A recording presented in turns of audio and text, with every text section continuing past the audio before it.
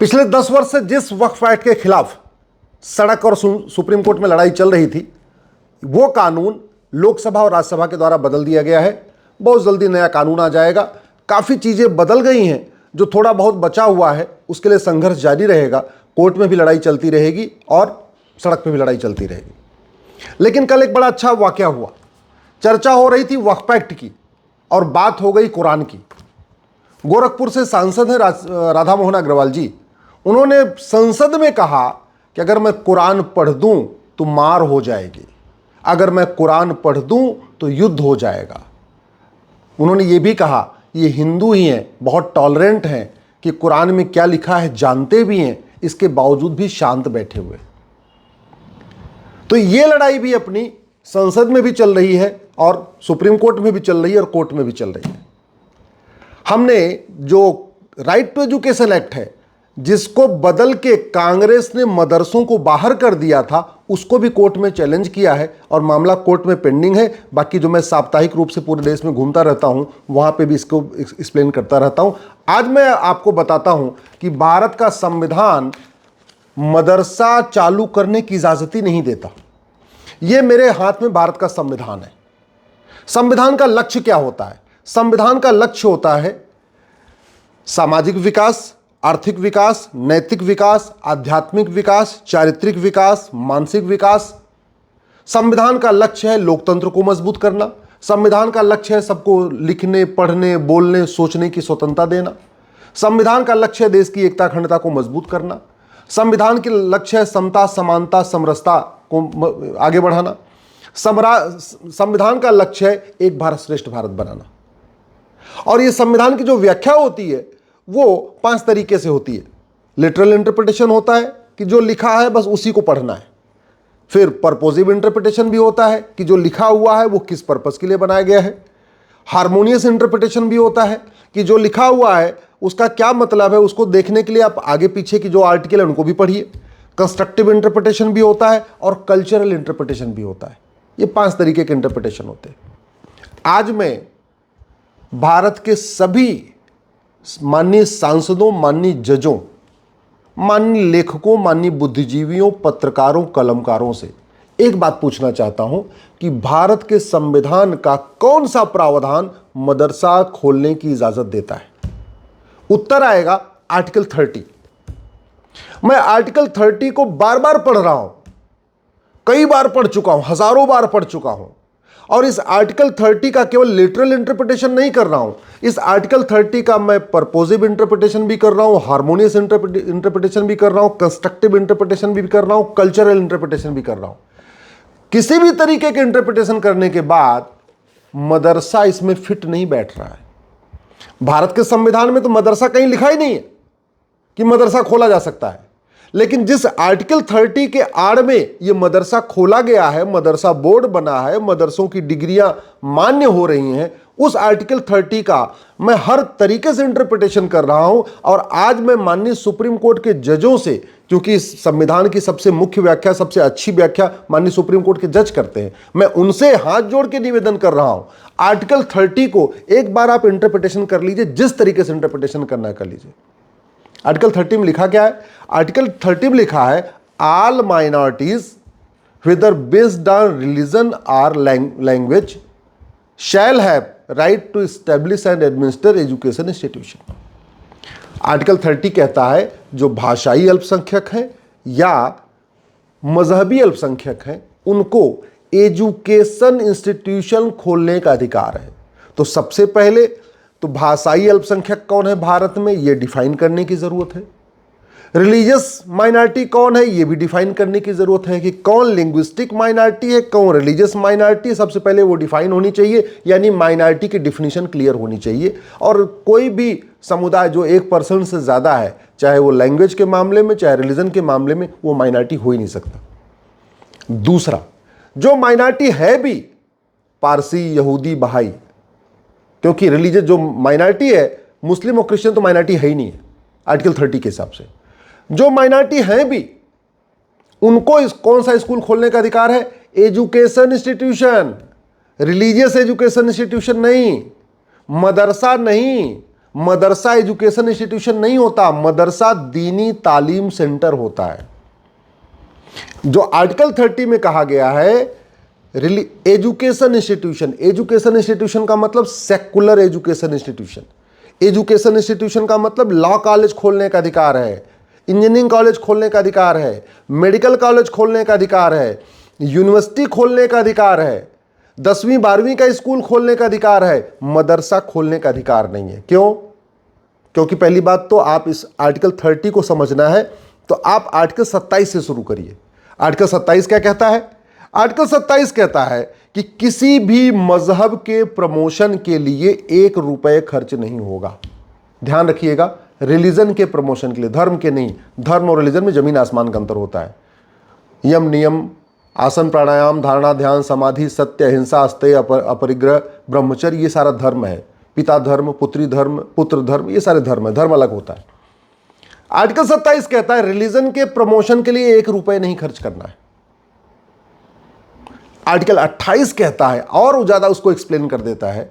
Article 28 कहता है किसी भी स्कूल में जहां स्टेट फंडेड है, स्टेट से मान्यता प्राप्त है, यानी सरकारी मान्यता प्राप्त, सरकार के द्वारा फंडेड, ऐसे स्कूलों में रिलीजियस एजुकेशन नहीं होगी। कुरान क्या देती है? Religious education. कुरान धार्मिक ग्रंथ नहीं है, कुरान रिलीजियस बुक है। धार्मिक ग्रंथ और मजहबी किताब में अंतर होता है। धार्मिक ग्रंथ जो होता है, धर्म क्या है? धर्म सबको जोड़ता है। और मजहब क्या है? मजहब सबको तोड़ता है।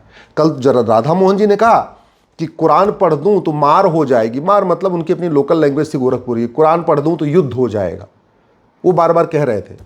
और ये भी कहा कि ये तो हिंदू हैं जो सहिष्णु हैं, टॉलरेंट हैं, कुरान में जानते हैं क्या लिखा है, फिर भी शांत बैठे हुए। सच्चाई है कि अगर अजान का भी अर्थ समझ लें तो भी मार हो जाएगी, क्योंकि अजान में तो कहा ही जाता है कि तुम्हारे देवी देवता पूजा योग्य नहीं, तुम्हारे रामकृष्ण पूजा योग्य नहीं, तुम्हारे ब्रह्मा विष्णु महेश पूजा योग्य नहीं, तुम्हारी लक्ष्मी दुर्गा सरस्वती पूजा योग्य नहीं, तुम्हारे 24 तीर्थंकर पूजा योग्य नहीं, भगवान बुद्ध पूजा योग्य नहीं, भगवान महावीर पूजा योग्य नहीं, हमारे जो 10 सिखों के गुरु हैं वो भी पूजा योग्य नहीं। अजान में कहा जाता है, पर डे 5 बार कहा जाता है। कुरान में क्या लिखा हुआ है सबको पता है। 26 आयतें चैलेंज हो चुकी हैं, सुप्रीम कोर्ट में चैलेंज हुई थी। अलग बात है कि सुप्रीम कोर्ट के उस माननीय जस्टिस नरीमन को सेकुलरिज्म का कीड़ा काट रखा था, उन्होंने सुनना ही नहीं, एक्सेप्ट किया, पढ़ने भी नहीं दिया इस पिटीशन को, बाकी छोड़िए। अब सवाल यह है कि आर्टिकल 30 कहता है एजुकेशन इंस्टीट्यूशन खोल सकते हैं, आर्टिकल 27 कहता है रिलीजन के नाम पे 1 रुपए नहीं खर्च करना, आर्टिकल 28 कहता है रिलीजियस एजुकेशन देना ही नहीं। तो फिर मदरसा चल कैसे रहा है? चलो 27, 28 और 30 में मदरसा नहीं मिल रहा है तो ठीक है, संविधान को पूरा ही पढ़ लेते हैं। एक बार प्रियम्बल से शुरू कर देते हैं। संविधान का प्रियम्बल क्या कहता है? संविधान का प्रियम्बल में कहता है कि लोकतंत्र को मजबूत करना है। तो मदरसों में तो कहा जाता है कि लोकतंत्र हराम है। बहुत सीधा सीधा। पूरी दुनिया में कोई एक इस्लामिक कंट्री बताइए जहां डेमोक्रेसी हो, जहां लोकतंत्र हो। संविधान का प्रियम्बल में क्या लिखा हुआ है? Liberty of thought, belief, faith, expression. सबको बोलने की आज़ादी है, सबको सोचने की आज़ादी है, सबको लिखने की आज़ादी है, यानी वैज्ञानिक रूप से सोचने की आज़ादी है। मदरसों में तो कहा गया है बोलना नहीं, जो हम बता रहे हैं वही बोलना, सोचना नहीं, जो हम सिखा रहे हैं वही सोचना। तो वहाँ तो रट्टा मरवाया जाता है। वहाँ न सोचने की आज़ादी है, न लिखने की आज़ादी है, न बोलने की आज़ादी है। लिबर्टी ऑफ फेथ भारत का संविधान कहता है, मदरसों में तो कहा है लिबर्टी ऑफ फेथ है ही नहीं है। ला इलाहा इल्लल्लाह, अल्लाह के अलावा कोई इबादत के योग्य नहीं है, यानी आपको फेथ, लिबर्टी ऑफ फेथ है ही नहीं है। लिबर्टी ऑफ वर्शिप वो तो बिल्कुल हराम है। ला इलाहा इल्लल्लाह, अल्लाह के अलावा कोई इबादत योग्य नहीं है। संविधान कह रहा है लिबर्टी ऑफ वर्शिप, सबको अपने अपने तरीके से प्रार्थना पूजा करने का अधिकार है, पूजा करने का अधिकार। मदरसा क्या कह रहा है? नहीं नहीं नहीं, सबको पूजा का अधिकार नहीं है, केवल अल्लाह ही पूजा योग्य है। तो मदरसा फिर यानी प्रियम्बल में भी कुछ नहीं मिल रहा कि मदरसा चल सके। संविधान कहता है इक्वल अपॉर्चुनिटी सबको मिलेगी, मदरसा कहता है ना, जो पाक है, जो मुस्लिम है उनको इक्वल अपॉर्चुनिटी है, जो नापाक है उनको कोई अवसर नहीं मिलेगा। संविधान का प्रियम्बल क्या कहता है? फ्रेटर्निटी, भाईचारा।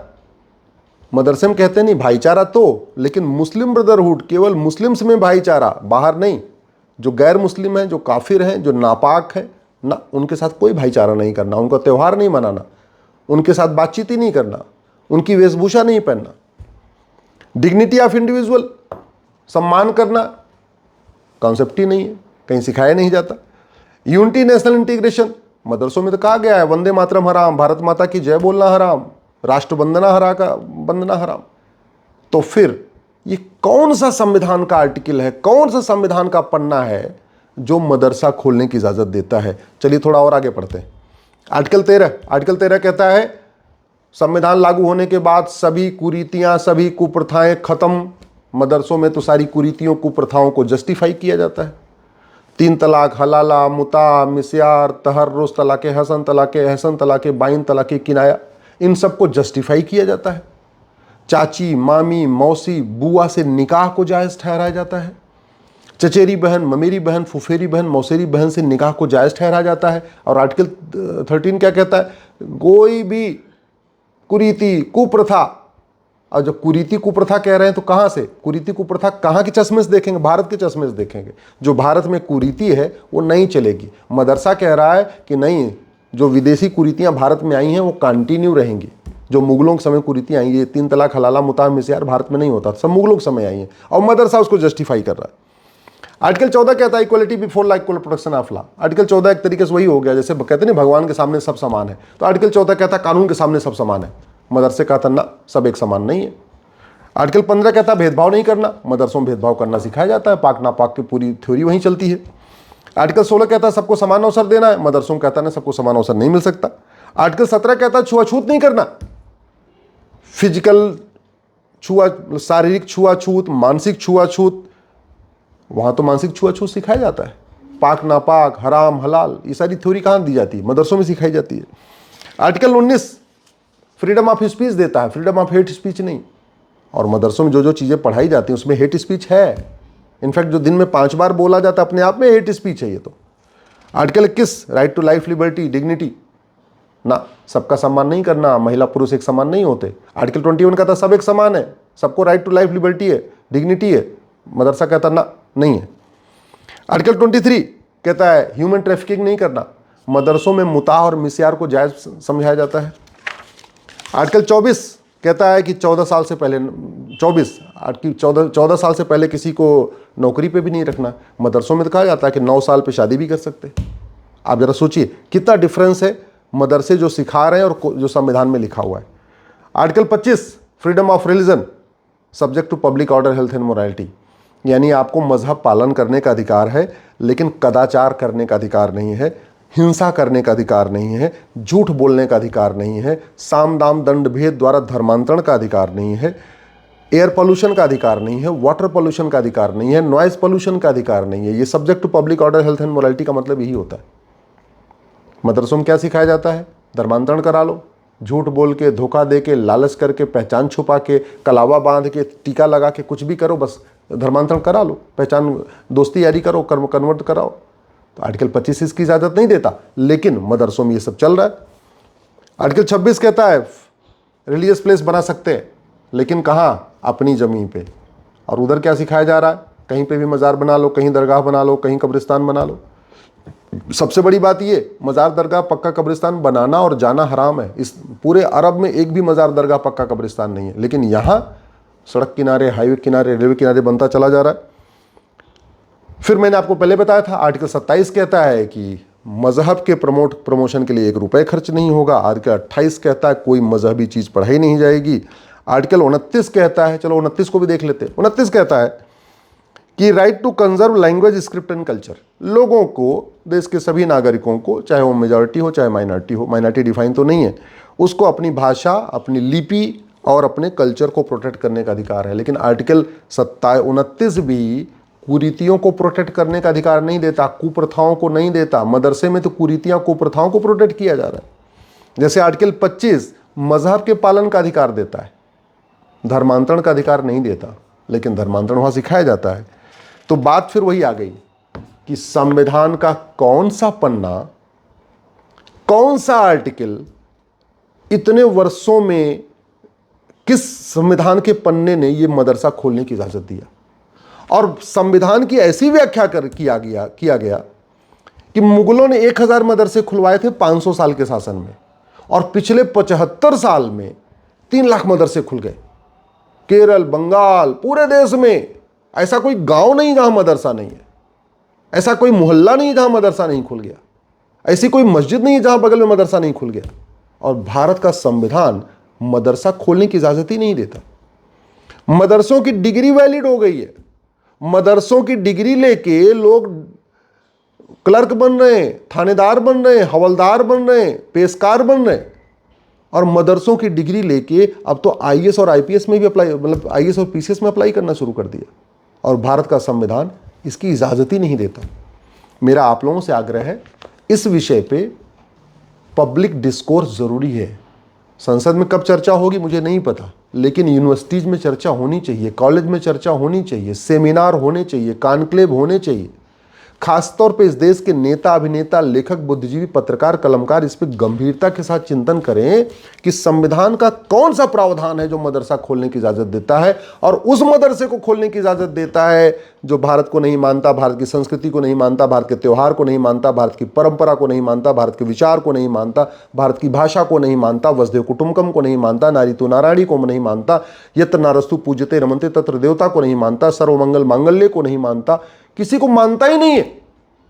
क्या भारत का संविधान भारत को बर्बाद करने के लिए बनाया गया है? नहीं, भारत का संविधान भारत को महान भारत बनाने के लिए बनाया गया है। और मदरसा महान भारत नहीं बनाएगा। मदरसा विदेशी पंथ को प्रमोट करता है, मदरसा कुरीतियों को प्रमोट करता है, मदरसा कुप्रथाओं को प्रमोट करता है। मदरसों में क्या पढ़ाया जाता है, हालत यह है कि मदरसे वाले अपनी किताब दिखाने के लिए तैयार नहीं है। और जमीयत उलमा हिंद और पर्सनल लॉ बोर्ड के दबाव में राइट टू एजुकेशन एक्ट को 2012 में अमेंड किया गया, रातों रात अमेंड किया गया।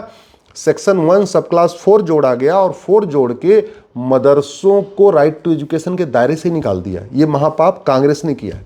जैसे मैं कहता हूँ ना, मैं तो 50 से ज़्यादा कानून है जिनको मैंने चैलेंज कर रखा है, ये सारे कांग्रेस के कानून हैं और एक एक करके सबको ख़त्म करवाना है। बस आप लोगों का सहयोग चाहिए। तो मैंने इस राइट टू एजुकेशन एक्ट को भी चैलेंज किया है। मेरा निवेदन ये है कि इस राइट टू एजुकेशन में एक शब्द जोड़ा जाए, इक्वल। इसमें जो उम्र है 6 से 14 साल, इसको 6 से 16 साल किया जाए।